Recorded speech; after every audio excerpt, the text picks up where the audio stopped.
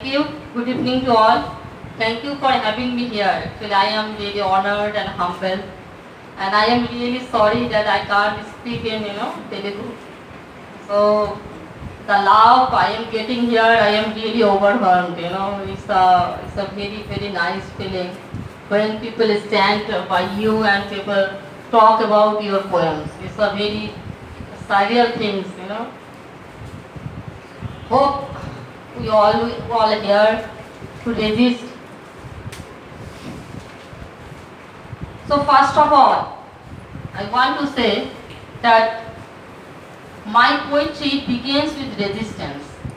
I don't write about moon or sun or beauty of my lover. I write, though love is also very much political. Love is very much political subject. I think every person is political, and as a human being, as a person living in the third world country like India, and as a poet living in the time of the fascist regime, I am a political poet. I am deeply political. My words sting, my words hurt. I don't write lullabies to facilitate someone's sleep. I want to wake up people. I fight, I resist. Okay. So you may ask, how did I write my first poetry? Why did I write? Actually, I began my poetic journey in 2019 when abrogation of Article 370 happened. I had a friend. I am using the word had because he is not my friend anymore. Because when you are living in a fascist regime, the state decides whether you will be friend with some kind of people or not. And my friend was a Kashmiri man, and he was living in Kashmir. And when we all know when Article 370, abrogated, all of a sudden, out of nowhere, Kashmir literally became a case, a panopticon. No voice was coming from there. No voice, the so-called mainland India. As a citizen of so-called mainland India, I was deeply ashamed and hurt to. Because how can in 21st century you encase a whole population, a whole land? And you may remember after 2019 abrogation of Article 370 in December, they brought out the CAA bill, And in January 2020, there are 21, I think, some people, some Hindu fanatics, they launched an app named Bulli Baya, and what they did, they uploaded the mobile numbers of all the prominent Muslim women, and and the number automatically gets circulated all over the India. They were being trolled, they were being auctioned, they were being auctioned to the Bulli Baya, and it was so so atrocious, so obnoxious. And then I wrote a poem. I am a Muslim woman and I am not for sale. The poem was translated, I think, more than 7 or 8 languages. And the first translation that came from the people of Telangana. I am really proud of you guys. You guys are doing great.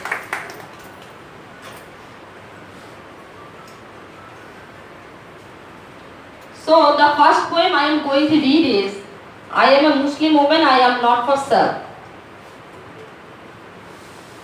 I am a Muslim woman and I am not for sale. I am a Muslim woman and I am not for sale. I sacrifice my life for freedom struggle. I stand against the British rule. I am Shaheen Bagh. I am the voice you are afraid of in Kashmir, in Manipur. I stand against the oppression. I call out your name in Jamia in Aligarh.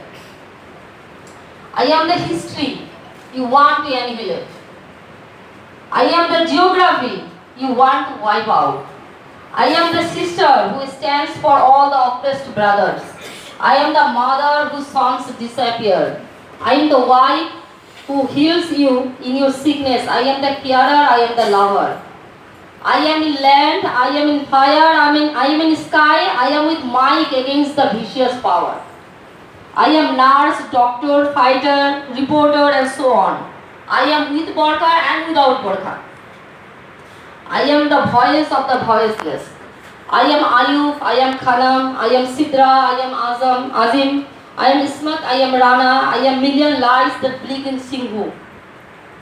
I am a Muslim woman, I carry light in my eyes for you. O coward, O willful blinds. Yes, I am a Muslim woman and I am not for sale. Yes, I am not for sale.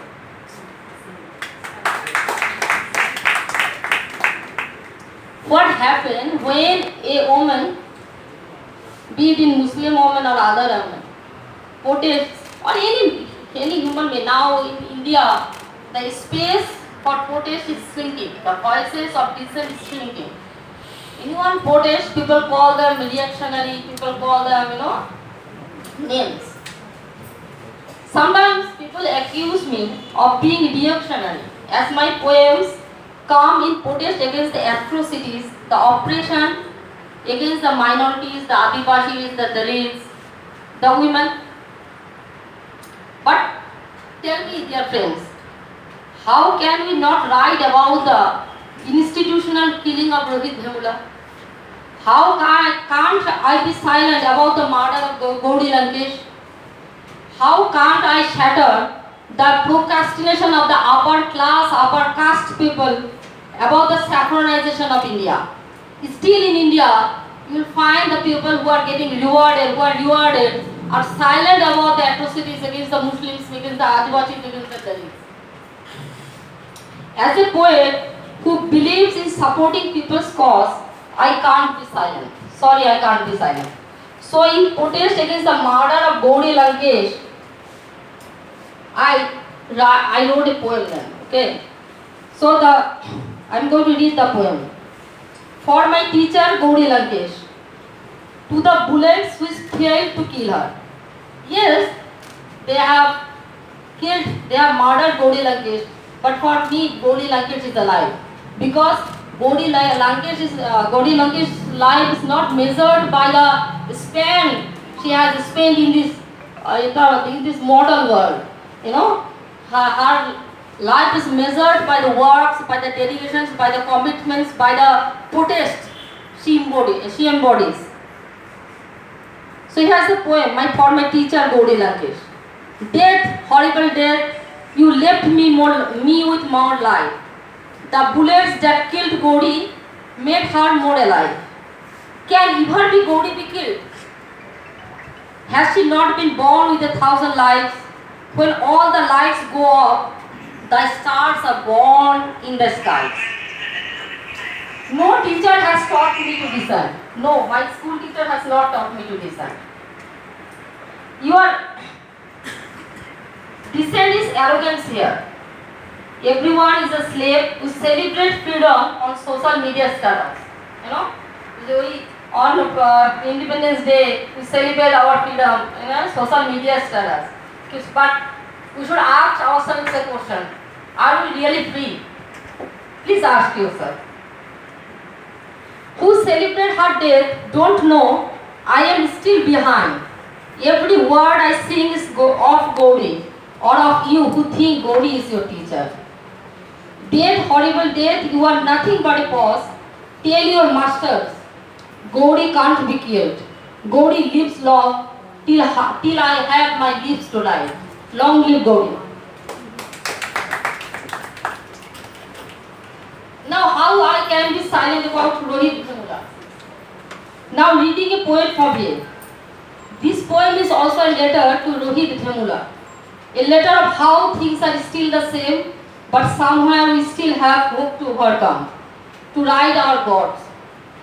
For me, if God exists, then God is a farmer, God is an Adivashi, God is a laborer. To Rohit Bhemula, still God doesn't sleep on the sand. At midnight, the stray dogs died, shivering in cold, and a human child born near the street lamp, her mother picking the stale bread. Neither the dog nor the baby feels India is a developed nation. Those who sleep under the street lights, ask them, is India a developed nation? They will answer, they will give you the right answer. God has got a pedigree here. Which God? Depends on who is in power. Haven't you found all of them the same? Demanding, ambitious and cunning, conning the narrative, demanding demolition and construction in the same breath. Still, stars are cherished and humans are despised. Birth is a fatal accident, as you have said. Rohit Bhumla said, but birth is a fatal accident. In my empty nights, I know you more. The darkness looms large, but we are not made of stuff. Someday we'll shine together in this land stars, and we will ride our own gods. We'll ride our own gods. Gods of our own. Gods of all petty humans. Gods of laborers, Adivashis and all. In this post-truth world, when public memory has been reduced to 5 minutes reel, and capitalists along with the state are spending millions to form public perception, poetry or any form of art have become more important. You know, today is not poetry day, but we should celebrate poetry every day. You may ask me why we need poetry. Actually, when we know about Nero, we get the reference of Nero very much. Someone must have written about Nero. So we know about Nero, na? So if we don't write about Rohit Vemula, about Kashmir, about the operations in Manipur, about Palestine, then how will our future generation know? So we should write more about these things, more about the time we are living in. I think this may sound didactic to you, but I think for me, poetry is the witness, is the brutal witness, is the precious, it is the precise witness. Still Manipur is burning, but we are just now silent. We are, we are busy in our day-to-day work because the state wants us to be busy in our work. Some day before, a very famous rich man's son's wedding or something, some kind of functions were happening in some part of Western India.